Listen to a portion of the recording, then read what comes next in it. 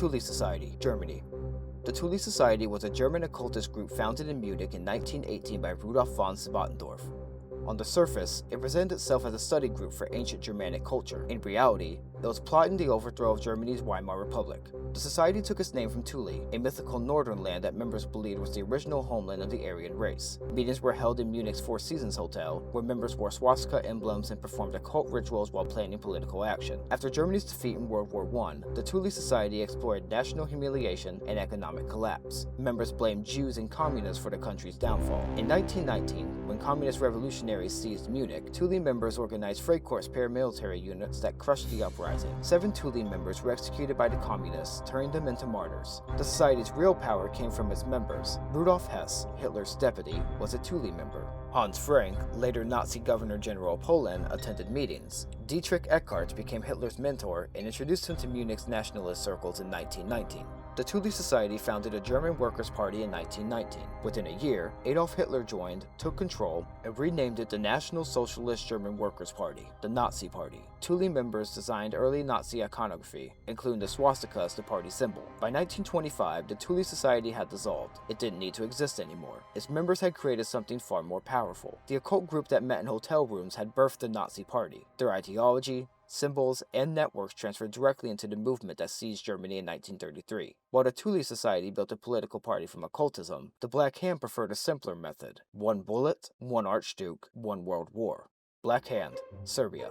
The Black Hand was a secret Serbian nationalist society founded in Belgrade in May 1911. Its official name was Unification or Death. The Serbian government called it a terrorist organization. They were right. The group was founded by Colonel Dragutin Dimitrovic, codenamed Apis. Members swore an oath: by the sun that warms me, by the earth that feeds me, by God, by the blood of my ancestors, on my honor and my life, I make this oath. Betrayal meant death by the Central Committee. The Black Hand had one goal: unite all South Slavic territories into Greater Serbia using terrorism, assassination, and sabotage against Austria-Hungary. The organization operated through cells. Most members didn't know each other. Communication went through dead drops and coded messages. The society recruited from Serbian military and intelligence services. At its peak, it had between 2,500 and 3,000 members, including army officers, government officials, and trained assassins. They ran training camps along the Serbian-Bosnian border, teaching bomb-making, marksmanship, and guerrilla tactics. On June 28, 1914, the Black Hand supplied weapons and training to young Bosnian Serb assassins. The target was Archduke Franz Ferdinand of Austria during his visit to Sarajevo. Gavrilo Princip shot Ferdinand and his wife Sophie at point-blank range. Both died within minutes. Austria-Hungary blamed Serbia and declared war on July 28, 1914. Russia mobilized to defend Serbia.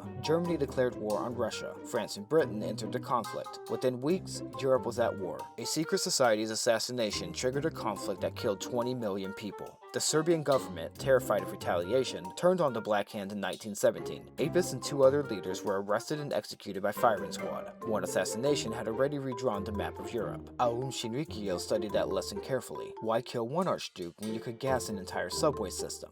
Aum Shinrikyo, Japan.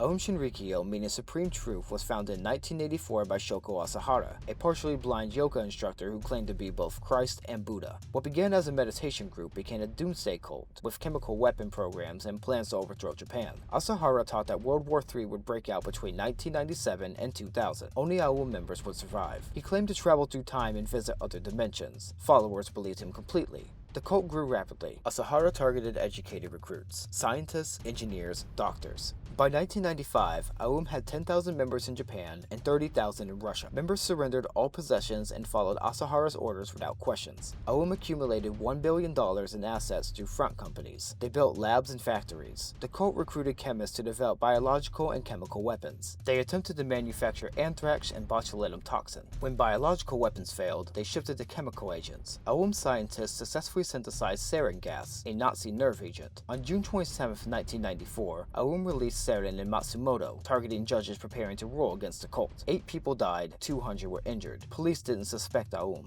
By early 1995, authorities were closing in. Aum accelerated their plans. On March 20, 1995, 5 cult members boarded Tokyo subway trains during rush hour carrying plastic bags filled with liquid sarin. At prearranged times, they punctured the bags with sharpened umbrella tips and fled. Sarin vapor spread through trains and stations. Passengers collapsed, vomited, convulsed. 13 people died. Over 5,800 were injured. It was Japan's deadliest terrorist attack. Police raided Aum facilities, finding chemical weapons labs and evidence of larger planned attacks. Asahara was arrested in May 1995. He was convicted and executed by hanging on July 6, 2018. Aum Shinrikyo still exists under different names with 1,650 members. Aum Shinrikyo proved modern cults could weaponize science. The Iron Guard proved they could weaponize religion. They combined orthodox mysticism with fascism and nearly turned Romania into a theocratic death cult.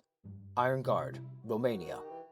The Iron Guard, also called the Legion of Archangel Michael, was founded in 1927 by Corneliu Ziliu Cogianu. It combined extreme nationalism, anti-Semitism, and Eastern Orthodox mysticism into a violent movement that came within reach of controlling Romania. Cogianu taught that Romania was in a spiritual war against Jews, communists, and liberals corrupting the nation. Members took oaths swearing absolute obedience to the captain. They participated in religious ceremonies, sang hymns, and venerated martyrs. Death squads called death teams assassinated political enemies. Between 1927 and 1938, the Iron Guard assassinated 2 Romanian prime ministers, multiple government officials, and hundreds of Jews. The Legion operated like a state within a state, building workers' hostels, distributing food, and establishing cultural centers. By 1937, the Iron Guard was Romania's third largest party with 16% of the vote. King Carol II ordered a crackdown. On November 30th, 1938, Cogianu and 13 legionaries were arrested and strangled by their guards. Official story: shot while escaping. Their bodies were dissolved in acid. The murder turned Cogianu into a martyr. In September 1940, the Iron Guard forced Carol to abdicate and entered the government with dictator Ion Antonescu. For 4 months, the Legion controlled Romania. They murdered Jews in the streets, seized property, and purged enemies. On January 21st, 1941, the Iron Guard attempted a coup against Antonescu. The rebellion failed after 3 days of street fighting that killed 374 people, including 125 Jews murdered during the pogrom. Surviving leaders fled to Germany. The Iron Guard showed how fast a mystical death cult could seize power. The Carbonari showed something even more dangerous: how secret societies could coordinate revolutions across an entire continent simultaneously.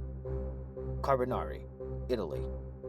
The Carbonari, meaning charcoal burners, was a secret revolutionary society founded around 1800 in southern Italy. The Carbonari organized cells that infiltrated governments, militaries, and churches to overthrow absolute monarchies and establish constitutional republics. Members were initiated in ceremonies involving symbolic axes, bundles of wood, and oaths sworn on daggers. They used charcoal burner terminology as code. Good cousins were members, wolves were enemies. The forest was the outside world. Membership was secret and compartmentalized. Most Carbonari knew only their immediate cell. At its peak between 1815 and 1830, the Carbonari had 300,000 members across Italy and tens of thousands in France, Spain, and Portugal. The Carbonari's goal was overthrowing conservative monarchies restored after Napoleon's defeat. Members included army officers, priests, lawyers, and aristocrats. They infiltrated governments and military units, waiting for the signal to strike. In July 1820, Carbonari members in the Kingdom of the Two Sicilies launched an armed uprising. They forced King Ferdinand I to grant a constitution. The revolt succeeded. For months, the Carbonari controlled southern Italy. In March 1821, Carbonari cells in Piedmont, Sardinia launched a simultaneous uprising. Army units mutinied. The king abdicated. A provisional government announced a constitution. For weeks, it looked like the Carbonari would unite Italy decades early. Then Austria intervened. Austrian armies crushed both rebellions in April 1821. Thousands of Carbonari were arrested, executed, or exiled. In 1831, Carbonari cells attempted another wave of uprisings across central Italy. All failed. By the mid-1830s, the Carbonari had collapsed. The Carbonari never united Italy, but they established the networks and trained the revolutionaries that eventually achieved Italian unification in 1861. They proved secret societies could coordinate simultaneous revolutions. The Silver Shirts studied that playbook and tried to apply it during America's Great Depression. Silver Shirts, America. The Silver Legion of America, the Silver Shirts, was founded in 1933 by William Dudley Pele. At its peak, the Silver Shirts had between 15,000 and 25,000 members in paramilitary units across the country, planning to overthrow the US government and install a fascist dictatorship. Pele, a screenwriter and occultist, claims he died and was resurrected in 1928, receiving a vision commanding him to save America from Jewish and communist conspiracies. On January 30th, 1933, the same day Hitler became German Chancellor, Pele founded the Silver Legion in North Carolina. Carolina. Members wore silver shirts with blue ties and campaign hats, modeled after Nazi uniforms. They gave stiff-arm salutes and carried banners with a red L for liberation. Headquarters trained members in military tactics, weapons handling, and street fighting. The silver shirts operated openly in the 1930s. They published newspapers, held rallies, and established chapters in almost every state. Pelé's magazine, Liberation, reached 50,000 subscribers. Local units drilled in public parks wearing uniforms while police watched. Pelé called for deporting of all Jews, eliminating democracy, and establishing a Christian commonwealth with himself as leader. He predicted violent revolution would begin in 1933 or 1934, after which the silver shirts would seize power. Pelé ran for president in 1936, receiving 1,598 votes in Washington state. The campaign was covered for recruiting. By 1938, FBI surveillance reported silver shirt units conducting armed drills and stockpiling weapons in California, Oregon, Washington, North Carolina, and New York. After Germany invaded Poland in 1939, the FBI increased surveillance. On December 8, 1941, one day after Pearl Harbor, agents arrested Pelé. He was charged with sedition. In 1942, he was convicted and sentenced to 15 years. The Silver Legion collapsed overnight. Leaders were arrested. Members burned uniforms and documents. Pelé served 8 years, released in 1950. He died in 1965, still predicting democracy's collapse. While America's fascist movement collapsed quickly, Golden Dawn in Greece played a longer game. They waited decades for the right crisis, then infiltrated police and government before anyone realized what was happening. Golden Dawn, Inner Circle, Greece. Golden Dawn is a Greek neo-Nazi organization founded in 1980. By the 2000s, it had evolved into a political party with a secret paramilitary structure that infiltrated police and military while operating death squads. Founder Nikolaos Mikaloliakos was arrested in 1978 for bombing a theater. After release, he established Golden Dawn as a magazine promoting neo-Nazi ideology and Greek nationalism. For 2 decades, Golden Dawn operated on the fringes. That changed after Greece's 2010 economic collapse. As unemployment hit 27%, Golden Dawn offered food banks and protection services exclusively for ethnic Greeks. Membership exploded. The party maintained a public political wing and secret paramilitary structure. The Inner Circle gave orders to assault teams that attacked immigrants, leftists, and opponents through encrypted communications. In 2012 elections, Golden Dawn won 7% and entered parliament with 18 seats. Members gave Nazi salutes during swearing in. The party used parliamentary immunity to shield criminal operations while the paramilitary wing escalated violence. Between 2012 and 2013,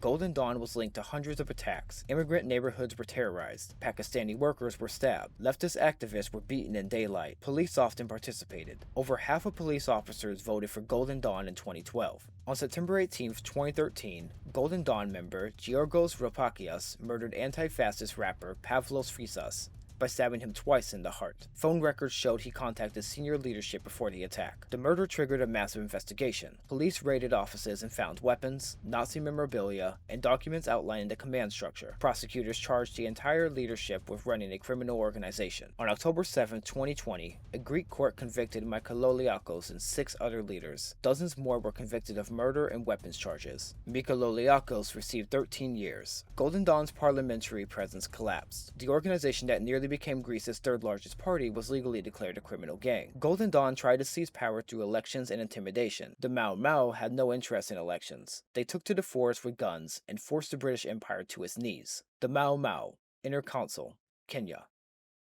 The Mau Mau was a Kenyan anti-colonial movement that launched armed rebellion against British rule from 1952 to 1960. At its core was a secret inner council that organized oaths, coordinated attacks, and nearly drove the British out of Kenya. The movement emerged from the banned Kikuyu Central Association. Leaders developed a secret oath-taking system to bind members and identify loyalists. Oath ceremonies were terrifying. Initiates were brought to secret locations at night, bound and blindfolded. They drank blood mixed with soil, passed through arches of banana leaves, and swore oaths while holding animal organs. The first oath bound them to the Kikuyu people. The second oath required them to kill on command. By 1952, the Mau Mau had administered oaths to tens of thousands. The Inner Council, including Dedan Kimathi and Stanley Mathinge, directed assassination and sabotage targeting white settlers and African collaborators. October 20th, 1952, Mau Mau fighters assassinated senior chief Awuhiu Wa Kungu. The colonial government declared a state of emergency. British troops deployed. Mass arrests began. The crackdown drove the Mau Mau into force. The Inner Council established bases in the Aberdare Mountains, organizing fighters into military units. They raided settlements, ambushed patrols, and attacked police stations. On March 26, 1953, Mau Mau units attacked Lari village, killing 74 Kikuyu civilians accused of collaboration. The brutality gave Britain justification